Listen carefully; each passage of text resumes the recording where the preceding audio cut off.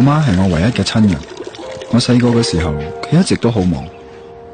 個衫洗好啦。哦，咁快嘅？係啊，趕住載我仔。哦，慢慢行喎。好。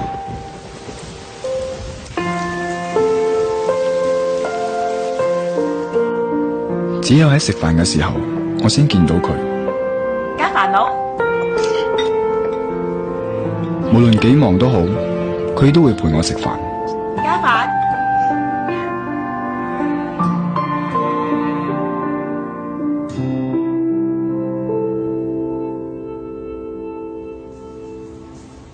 仔，加啲飯啦。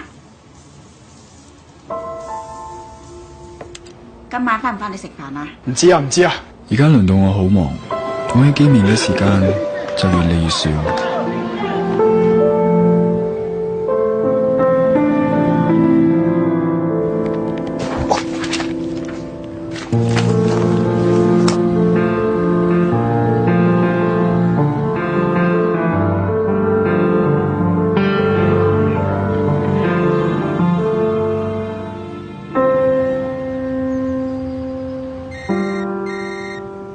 好媽，今年返唔返嚟過年啊？好忙啊，遲啲先傾啦。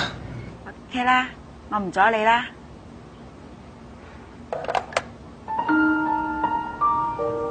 過年咯，今年又唔返啦。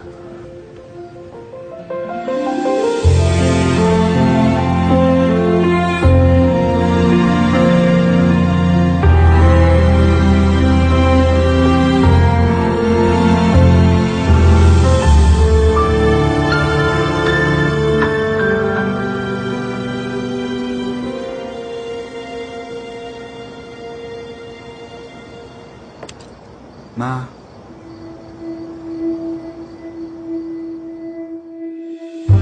我終於明白佢點解時時叫我加飯。其實我食耐啲嘅話，我就可以陪多佢一陣。